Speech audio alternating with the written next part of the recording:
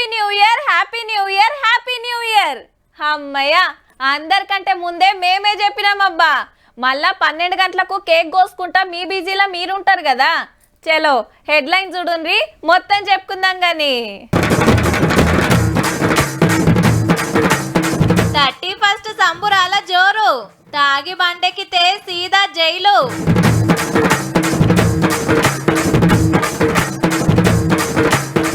Municipal ఎలక్షన్ల ముచ్చట, ఫిబ్రవరిలో వచ్చుడు పక్కనట.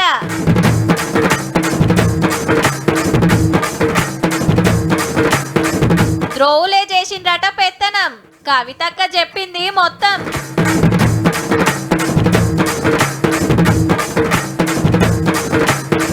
ఏసీబీ చూపించింది రువ్వడి, కొత్తేడాది లైతదో లంచాల కట్టడి.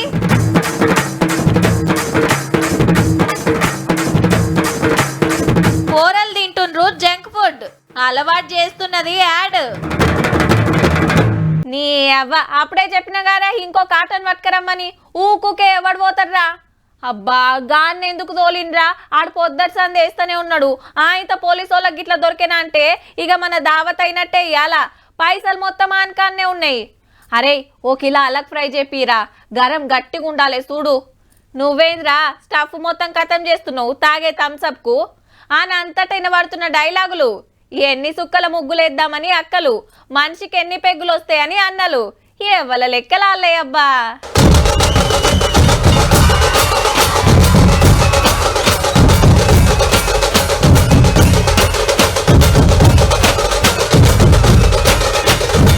డిసెంబర్ 31st అంటే అట్లుంటది. మళ్ళా ఈ ఏడాది తొగెత్తు ఇయ్యాలొగెత్తు. మారేది క్యాలెండరే అయినా ఈ కష్టాలు మర్చిపోవాలని కొత్త ఏడాది కొత్తగా ఉండాలని మనోళ్ళ ఆపోచన. హీగేముంది, తాగుడు తినుడు ఎగురుడు దుంకుడు ఆడుడు పాడుడు. పట్నంకెళ్ళి పల్లెదానిక ఎవల లెవెల్లాళ్ళు పొట్టు ఎంజాయ్. కానీ ఈ నైట్ మాత్రం ఫుల్ గా ఎంజాయ్ చేయాలని వచ్చాము ఇక్కడికి. బాగా జరుగుతుంటాము, చాలా ఆనందంగా ఉంది ఇక్కడ రావడానికి. కొంచెం ఎక్సైటెడ్ ఉంది, దశగ్రీవ క్లైమేట్ కలుస్తుంటుంది. చిన్నప్పుడు అంటే ఇంట్లోనే ఉంటుండే కానీ ఇప్పుడు కొంచెం టీనేజ్ కాబట్టి ఇట్లా కాన్సర్ట్స్ ఇవన్నీ అట్లా. మా తాకతేందో చూపిస్తామని తాకుడు తాకితే సప్లై చేయలేక సల్లబడ్డారు వైన్స్ వాళ్ళు. కాటన్లు కొంట పోయినరు. మళ్ళా పర్మిట్ రూముల అడ్డాలు, బార్ల తానం, పబ్ల తాండవం, ఈవెంట్లు ఎంజాయ్. ప్రతొక్క బ్రాండ్ కోరిన సరుకు. అర్ధరాత్రి 12 గంటల దానిక వైన్స్లు, 1 గంట దానిక బార్లు కూల్లా. ఈ 4-5 రోజుల్లోనే 1200 కోట్ల రూపాయల పోత పోసిరంటే చూడురిగా. మద్యం పరంగా కొంచెం సేల్ బాగానే ఉంది. బీర్ కొంచెం చలి ఉంది కాబట్టి కొంచెం తక్కువ అవుతున్నాయి. ఇంకా లాస్ట్ 3 అవర్స్ ఉంది కాబట్టి ఇంకా బీర్ పరంగా ఏమని చెప్పవచ్చు. పెరిగితే బీర్ కూడా బాగానే యూత్ బాగానే ప్రిపేర్ చేస్తారు. ఇవాళ కూడా ఇంట్లో ఉండుడేనా అని చికెన్ బిర్యానీలు, మటన్ కర్రీలు, చేపల ఫ్రైలు, మంచూరియాలు, తీరొక్క వంటలు, కమ్మటి రుచులు. హోటళ్లు రెస్టారెంట్ల కాంచి సీతం పార్సిల్లు. ఆన్లైన్ ఆర్డర్లకైతే లెక్కే లేదు. పెద్దలకు తినుడు తాగుడైతే పోరులకు కేకుల పండుగ. తీరి తయారు చేసి పెడితే ఎవరికి నచ్చిందాలు కొంట పోయిండ్రు. ఇదంతా మంచిగానే ఉన్నది కానీ మాపడీల్స్ అందరు రిమ్మ మీటర్లు పట్టుకొని రోడ్ల మీద తయారున్నారు పోలీసులు. వచ్చిన వాళ్ళని వచ్చిన టాపుడు, చెకింగ్ చేసుడు, టెస్ట్ల పాస్ అయిన వాళ్ళని పక్కకు నిలబెట్టి 10,000 దండుగా రాసుడు. కోర్టుకు దోలకపోతే 6 నెలల జైలు శిక్ష కూడా పడవచ్చు. తప్పించుకుంటానికి వాళ్ళకి ఫోన్లు చేస్తారని ఫస్ట్ ఫోన్లు గుంజుకుంటుర్రులో. పబ్లిక్ అంతా ఎంజాయ్ చేస్తుంటారు. రాత్రిపూట సల్లటి సలికి రోడ్డు మీద డ్యూటీలు చేస్తుంటే ఎంత కసి మీద ఉంటారు. మరి డ్రంక్ డ్రైవ్ లో మైనర్స్ ఉన్నారు కొంతమంది. దొరికిన వాళ్ళందరినీ కూడా ప్రాపర్ కౌన్సిలింగ్ చేస్తున్నాము. ఫైన్ వేయడం జరుగుతుంది లేదా వాళ్ళకి జైలు శిక్ష వేయడం జరుగుతుంది.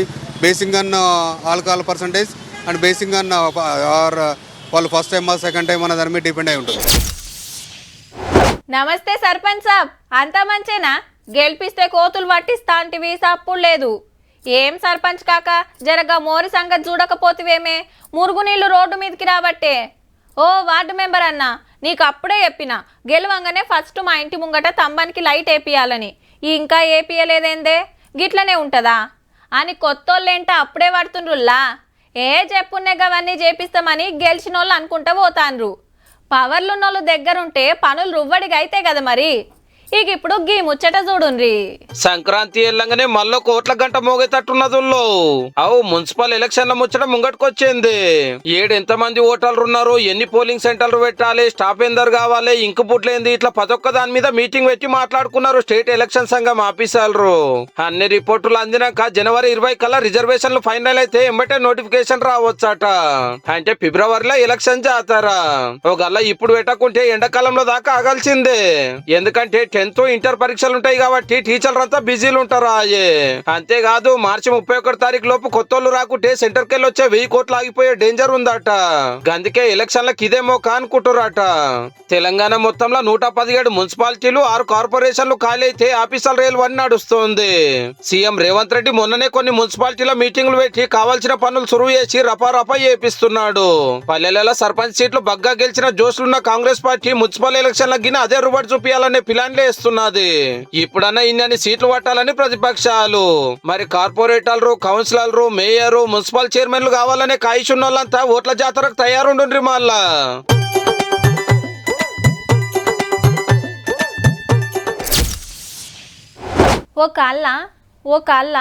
ఓ కాళ్ళ మళ్ళా బీఆర్ఎస్ఏ గెలిస్తే బీఆర్ఎస్ పార్టీ కథ ఎట్లుండబ్బా? కేసీఆర్ సార్ సీఎం, రేపో మాపో రామన్న సీఎం అని లీకులు. హరీష్ రావు సార్ గురించి ఓ తీర్లా, సంతోష్ రావు గురించి ఇంకో తీర్లా చర్చలు నడుస్తుండే. అంతా మంచిగుంటే మన కవితక్క ఇట్లనే మాట్లాడనో, 10 ఏళ్ల ఏల్వడిని నియంగానే ప్రశ్నించునో. రాజకీయంలో ఎప్పుడేం జరుగుతుందో ఎవ్వలం చెప్పలేముల్లా. మా భూమి మాకు కావాలి, మా భూమి మాకు కావాలి, ఇచ్చిన హామీలు వెంటనే. కరీంనగర్ లో కవితక్క ఉద్యమకారుల ఉద్యమం షురూ చేసిందుల్లో మందిని జమగట్టుకొని పోయి సర్కార్ జాగాలో టెంట్ వేసి ధర్నాకు కూకుంది. అట్లనే జాగృతి తరపున గుడిసెలేసిండ్రు, పొయ్యి ముట్టించి వంట వార్పు చేసిండ్రు, బంతి పువ్వ తిన్నది. తెలంగాణ కోసం కొట్లాడినోళ్లకు 250 గజాలు ఇండ్ల జాగా నెలకు 25,000 పింఛన్ ఇయ్యాలనేది మేడం డిమాండ్. మనమే చెప్పినాం 1200 మంది అమరులైందని చెప్పినాం, 540 మందికి ఇస్తుంది, మిగతా వాళ్ళకి ఇవ్వకపోతుంది. బీఆర్ఎస్ వల్ల అమరవీరుల కుటుంబాలకు ఉద్యమకారులకు మస్తు అన్యాయం చేసిండ్రు, ఎవరికి ఇలువ ఇయ్యలేదని ఎన్నో యాద్ చేసింది. వేరే వేరే పార్టీలకి వచ్చినటువంటి వాళ్ళు మరి ఏమన్నారు అన్నాడు, ఉద్యమకారులు అంటే ఉరికించి కొడతామన్నారు. వాళ్ళ మీదనే మనం కొట్లాడినాం తెలంగాణ రావాలని. వాళ్ళందరూ ఉద్యమ పార్టీలకు వచ్చి వాళ్ళు మన మీద పెత్తనం చేసుడు, వాళ్ళు మనని అవమానం చేసుడు, వాళ్ళు మన మీద కేసులు పెట్టుడు. సెక్రటేరియట్లకు పోతే ఇక్కడ మీకేం పని, ఉద్యమం అయిపోయింది అన్నటువంటి మాటలను చాలా మంది ఇప్పటికి కూడా గుర్తు చేసుకుంటారు. ఈ సర్కారన్న ఉద్యమకారులకు న్యాయం చేయాలి, అప్పటిదాన్ని కూకోనానికి వచ్చింది కవితక్క. పెద్ద భౌగోళిక ప్రదేశం తెలంగాణ కోసమే కొట్లాడి తెచ్చుకున్నాం మనం. ఈ చిన్న 5 ఎకరాల ముక్క దీన్ని తెచ్చుకోలేమా? మీకు టైం ఉంటే ఈ ఏడాదిలా మీ జిందగీలు ఏం జరిగినాయో మొత్తం ఓ పరి యాద్ చేసుకోండుల్లా. అందులో మంచి ఎన్నో షెడ్ ఎన్నో, అప్పుడు మీరు ఏమనుకున్నారో, అది చేసిండ్రో లేదో, మీ చుట్టూ ఏమైంది, మీ కొలువు ఎట్లుంది, మీ ఆమ్దాన్ ఎంత పెరిగింది, ఎంతో ముద్దుగా అనిపిస్తుంది. మారేది క్యాలెండరే అయినా కొత్త ఏడాది అంటే దానికో లెక్క ఉంటుంది. మేము దొంగలను అందరినీ పట్టేసినాం, సైబర్ గ్యాంగుని ఇందరినీ పట్టేసినామని పోలీసులు గొప్పగా చెప్పిండ్రు కదా. గీ ముచ్చట కూడా గసొంటిదే. ఏసీపీ ఏమో స్పీడ్ ఉన్నదుల్లో లంచం మతలబ్ అందుడే ఆల్చం లటుక్కున పట్టేస్తున్నారు. ఈ ఏడాదిలో 199 కేసులు అయితే 273 మంది అరెస్ట్ అయ్యారంటే చూడండిగా. మునుపెన్నడు ఇన్ని కేసులు ఇన్ని అరెస్టులు కాలేదట. 2000 కాంచెల్లి సురువు చేస్తే 4-5 లక్షల దాకా ఎవల తాకతు తగ్గట్టు వాళ్ళు గుంజుడే గుంజుడు. మళ్ళా మనోళ్ళది చాలా జాలి గుండెలు కూడా. పుకట్ల చేయవలసిన పనికి లంచం అడుగుడు, అందులో కొంత డిస్కౌంట్లు ఇచ్చుడు. ఒకరు తీసుకున్న వాళ్ళు కొందరు అయితే 2-3 వంచుకున్న వాళ్ళు కొందరు. గిసొంటి ఉత్తమ సర్కార్ ఆఫీసర్ల కాడ దొరకవచ్చిన పైకము 55 లక్షల రూపాయలని ఖుద్దు ఏసీ బోలే సాటింపేసుకున్నారు. ఇక ఆమ్దానికి మించిన ఆస్తులు 15 కేసులు అయితే 96 కోట్లు బయటపడ్డాయట. అవు మరి నెల ఫస్ట్ నాడే జీతం ఎత్తుతున్నా మంది సొమ్ము తినకుంటే మనోళ్ళకి అస్సలు దరియదు, తిండి పెయికి పట్టదు, రాత్రికి నిద్ర పట్టది. పగటి పువ్వు తెచ్చుకుంటారు, పైసల మూట పట్టుకపోతారు. అవినీతి ర్యాంకులు వంచితే రెవెన్యూ, మున్సిపల్, ఇరిగేషన్, పోలీసులు అందరికంటే ముంగట్టున్నారు. ఏ పని మీద పోయినా, ఏ పర్మిషన్ పోయినా, ఏ బిల్లు శాంక్షన్ చేయమన్నా మరి మాకేందని చేతులు చాపడేనా. ఇయ్యమంటే రూల్స్ చెప్తారు, సెక్షన్లు అడ్డం పెడతారు. అదే నోట్లు చదివించుకుంటే ఏ లొల్లి లేకుండా రపా పని అయితేనే ఉంటది. ఇక ఇంత పనికున్నారు తాతలు అని ఏసీపీకి ఫోన్ కొట్టి ఆఫీసర్లను పట్టించి మా శని పోయిందని పటాకులు కాల్చి సంబరాలు చేసుకుంటున్నారంటే ఏ లెవెల్లో గుంజుతున్నారో చూడండిగా. కొత్త ఏడాదిలో లంచాల పోని ఎవలదో జర పైలముండ్రి సాలరు.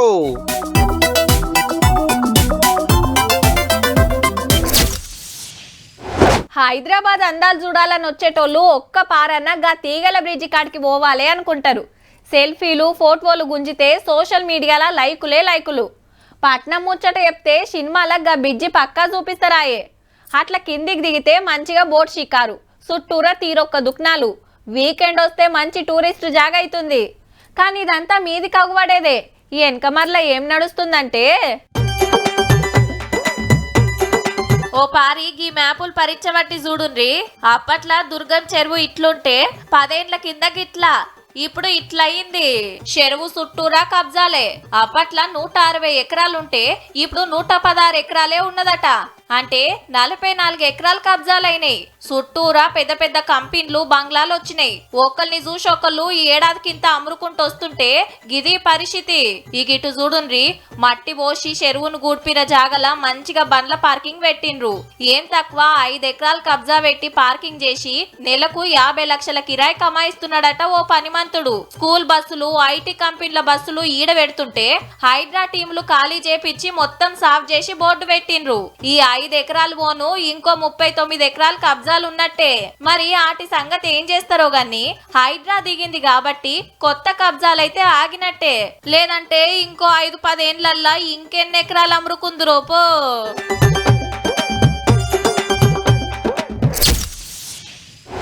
సుమన్ మొదట ఇంతే ఉండేవాడు, ఇప్పుడు ఇంత త్వరగా ఎలా పెరిగాడు? అసలు ఏం తింటాడు? అప్పుడు ఆటల్లో ఓడిపోతుండే, ఇప్పుడు అన్నిట్లో గెలుస్తుండు. అసలు ఏం తింటాడు? నువ్వు ఇంత త్వరగా పెరిగావేలా, అసలు ఏం తింటావు అనగానే పలానా తింటా అని పొట్లం చూపిస్తారు. అట్లనే క్రికెట్ ఆడుతుంటే వేసిన బాల్లల్లో 6లు 4లు కొడుతుంటే నీ సీక్రెట్ ఏంటిదంటే పలానా దాగుతా అంటుంటారు. ఇవి ఏ మ్యాడ్లో చాలా మందికి ఎలిగే ఉంటది కానీ ఇక ముచ్చటేందో చూడుండ్రి. బువ్వ బందుకు పెడుతుర్రు, మ్యాగీని ముంగటేసుకుంటుర్రు. ఉప్మా అంటే ఉమ్ము అంటారు, చిప్స్ అంటే సై అంటారు. కూరలేం నస్తలేవు అంటుర్రు, కుర్కురేలు గుమ్ముతున్నారు. కూరలకు ఎంత కమ్మగా వండి పెట్టినా దుకాణాల్లో కొనుక తినడానికే కాయిస్ చేస్తుర్రు. మళ్ళా మేం కాదు, 2-3 సంఘాలు కలిసి దేశంలో 10 ఏండ్ల నుంచి 19 ఏళ్ల వయసున్న కూరలు ఏం తింటారు, ఎందుకు తింటుర్రు అని 1,50,000 మందిని సర్వే చేస్తే జంక్ ఫుడ్ కే జై కొట్టిరట. మరి ఇవే తినాలని వాళ్ళకి ఎవరు చెప్పిల్లో ఎరికేనా? అడ్వర్టైజ్మెంట్లల్లా టీవీ పెట్టినా, సోషల్ మీడియా తెలిసినా అద్ది నూరి ఇది గుమ్ముర్రు అని పుట్ల కొద్ది రాబట్టే యాడ్లు. అబ్బా మేము సుతట్లా కావాలని ఆటికే ఎగబడుతుర్రట. 167 మంది యాడ్లతోనే తిండిని మార్చుకుర్రంటే ఎట్లున్నదో చూడుర్రిగా. బలంగల్లా తిండి తినాలని ఉన్నదని 130 మంది చెప్పినా పిరముండే వరకు తినలేకపోతుర్రట. ఏ గవ్వేం తింటాం, ఓ రుచుండయి పచుండయి అని 15 మంది ముక్కిరుస్తుర్రట. ఇంతకు మీరు ఏం తింటుర్రో ప్యాకెట్ల మీద ఏం రాసి ఉంటుందో చూస్తారా అని అడిగితే 172 మంది చూస్తామన్నారు గాని అందులో 62 మంది మాకేం అర్థమే కాదన్నారట. ఇక ఏది తింటే మంచిదని పోరలకు చెప్పుట్లా ఈ స్కూల్ ఫస్ట్ ఉంటే సోషల్ మీడియా సెకండ్ ఉన్నది. ఇట్లనే జంక్ ఫుడ్ చంపుకుంటా పోతే రేపు అడ్డమైన రోగాలు వస్తాయి. పరిస్థితి ఎట్లున్నదో చెప్పినాం. మరి మీ పోరలకు బలంగల్లా తిండి పెడతారో అడ్డమైన తిండ్లు అలవాటు చేసి ఆగం చేసుకుంటారో మీ ఇష్టం. ఇక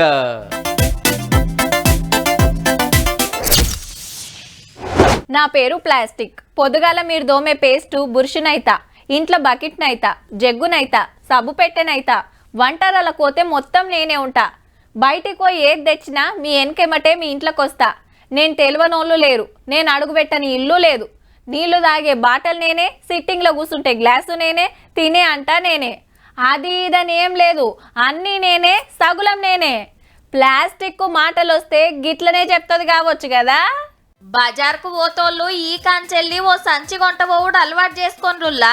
పట్నంలా ప్లాస్టిక్ బ్యాన్ చేస్తారట మళ్ళా. అంటే దుకాణాల కాడ ఇచ్చుడు, పబ్లిక్ వాడుడు 2 బంద్ పెట్టుడే. ఇక గీ రూలు కొత్తేడాదిలా చాలు చేయండ్రని ఆఫీసర్లకు ఆర్డర్ వేసిండు సీఎం రేవంత్ రెడ్డి సారు. మరి ఇప్పుడు ఎట్లుంది? పాల ప్యాకెట్ కాంచి బిర్యానీ పొట్లాల దాకా ప్రతొక్క దానికి ప్లాస్టిక్ కవర్లేనాయే. అక్కర తీరంగానే అవతల పడేస్తే ఆడాడ చెత్త కుప్పలు మోపు కాబట్టే, మోరీలు నాలాలు జామ్ కాబట్టే, ఇంటి చెత్త ఆటోలేస్తే అందులో సగం అబ్రెక్కాయితాలే. డంపింగ్ యార్డ్లలో అయితే గుట్టలు గుట్టలు మళ్ళా భూమిలో కలివేయి, మట్టిని ఖరాబ్ చేస్తాయి, గాలి గలీజ్ అవుతుంది, నీళ్లు మురికైతాయి. ప్లాస్టిక్ భూతంతో గింత ఆపతున్నది కాబట్టే మొత్తం బంద్ పెట్టించే కార్యం పెట్టుకున్నారన్నట్టు. కొత్తగా వచ్చిన జిహెచ్ఎంసీ అన్ని ఏరియా కలిపి 300 అవర్స్ లో ఈ పని చేయడం జరుగుతుంది. Almost 9,000 metric ton waste generate చేసినాం. ఆ వేస్ట్ ని ప్రాసెస్ చేయడం, వేస్ట్ ని సెగ్రిగేట్ చేయడం, అది కలెక్షన్ చేయడం, ఇది బిగ్ ఎక్సర్సైజ్. అంతేకాదు సిటీలో డీజిల్ బస్సులు ఆపేసి ఛార్జింగ్ తోటి నడిచేటి తెస్తున్నారు. అట్లనే ఆటోలు ఎలక్ట్రిక్ నడిస్తే బాగుంటదనే ఆలోచన చేస్తున్నది గవర్నమెంట్. తప్పది మరి. ఢిల్లీలో చూస్తలేమా ప్రతి ఏడు చలికాలంలో ఎంత పరిశాన్ ఉందో. గాలి ఖరాబు, మొస తీసుకునుడే కష్టం ఉంది అక్కడోళ్లకు. రేపు ఈపులో ఆక్సిజన్ సిలిండర్లు వేసుకొని తిరిగే కథ అవుతుందేమో. గా పరిస్థితి మనకు రావద్దంటే ప్రకృతిని కాపాడుకునుడు ఒక్కటే మార్గం అబ్బా.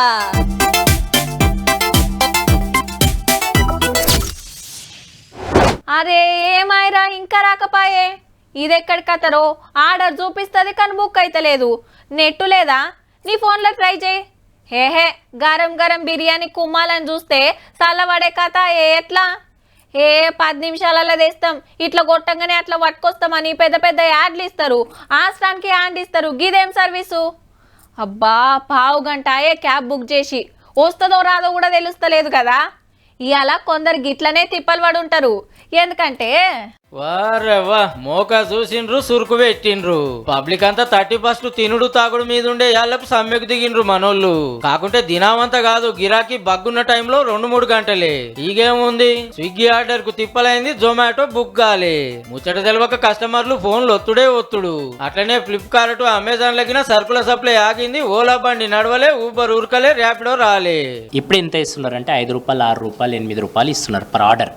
ఇంతకుముందు 80 రూపాయలు కూడా ఇచ్చేది. రోజు పెరుగుతుందా? ఎక్కడైనా పెరుగుతుందా? పెరగాలి కానీ తగ్గొద్దు కదా. 10 నిమిషాల డెలివరీ వల్ల చాలా మంది యాక్సిడెంట్లకు గురి అవుతున్నారు. గదన్నట్టు ఆర్డర్ల మీద కంపెనీ వాళ్ళు ఇచ్చే కమిషన్ తగ్గిస్తుర్రట దినామింత. మళ్ళా 10 నిమిషాలనే ఇచ్చి రావాలని ఆర్డర్ వేస్తే ఆత్రం ఉరుకుతే టక్కర్లు అవుతున్నాయట. అందుకే కమిషన్ పెంచాలి, స్పీడ్ తగ్గించాలని డిమాండ్ చేస్తుర్రు గిగ్ వర్కర్లు. అట్లనే యాక్సిడెంట్ అయితే ఇన్సూరెన్స్ ఇవ్వాలని కోరుతాండ్రు. తెలంగాణలో 4 లక్షల మంది గిగ్ వర్కర్లు ఉన్నారు. మళ్ళా వీళ్ళు సమ్మె అనగానే స్విగ్గీ, జొమాటోలు రయ్యిన కింది కురికొచ్చిన ఇవాళ ఆర్డర్లు బగ్గుంటాయే. మాపటిలో 6 గంటలకెళ్ళి అర్ధరాత్రి 12 గంటల దాకా పార్సల్ మీద 150 రూపాయల దాకా బోనస్ ఇస్తాం, ఒక్కనాడే 2-3 వేలు కమాయించొచ్చని ఆశ పుట్టించారు సమ్మెను ఆపేయాలని. అయినా చాలా మంది తగ్గలే. మరి గిగ్ వర్కర్ల కోసం రూల్స్ చట్టాలు లేవు మన కాడ. అందుకే సర్కారు వాళ్ళు ముంగడబడి కొత్త చట్టం తెస్తుర్రు. అది అమల్లోకి వచ్చేదానికి ఈ తిప్పలు తప్పేటట్టు లేవు పో.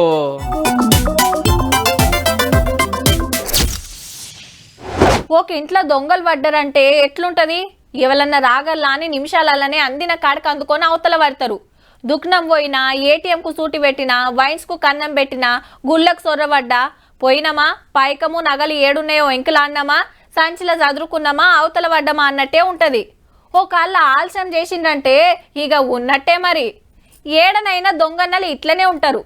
కానీ వాళ్ళంతా ఒకెత్తు, గాఢ పంటనం చూపించిన వాళ్ళు ఇంకో ఎత్తుపో. ఇట్లా గోడకు పొక్కగొట్టిండ్రు, అట్లా పైకం మోసిండ్రు. ఎంతనో తెలుసునా? 316 కోట్లు. 3 కోట్లు కాదుల్లో, 316 కోట్లు.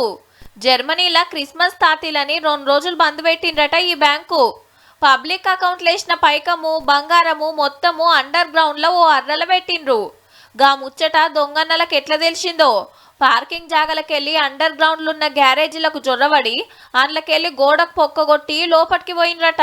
3000 సేఫ్టీ డిపాజిట్ బాక్సులు వలగొట్టి అందులున్న పైకము, బంగారం మొత్తం జమ చేసిండ్రు. సెలవులు వచ్చిన 2 రోజులు బ్యాంకులోనే ఉన్నారంటే చూడుండ్రి ఎంతమంది వచ్చిండ్రో. గాని మొన్న తెల్లంజామున మూటలు మోస్తుంటే అల్లారం మోగితే గప్పుడు బయటపడ్డది. అప్పటికే దొంగలు పరార్. ముచ్చట తెలిసి కస్టమర్లు 2 రోజులు సంది బ్యాంకుకు వచ్చి లొల్లి చేస్తుంటే ఇన్సూరెన్స్ కంపెనీ వాళ్ళతో మాట్లాడి ఎవ్వల పైకం వాళ్ళకి ఇస్తామని బుద్రకిచ్చిండ్రు బ్యాంకోళ్ళు. కానీ గింత పెద్ద దొంగతనం జరుగుతున్నా గింత కూడా బయటికి తెలవలేదంటే సెక్యూరిటీల పంటనం గట్లున్నది. మరి చూసిండ్రు కదా. ఇక ఇయాల్టి 3 వార్తలు ఉంటామల్లా. నమస్తే.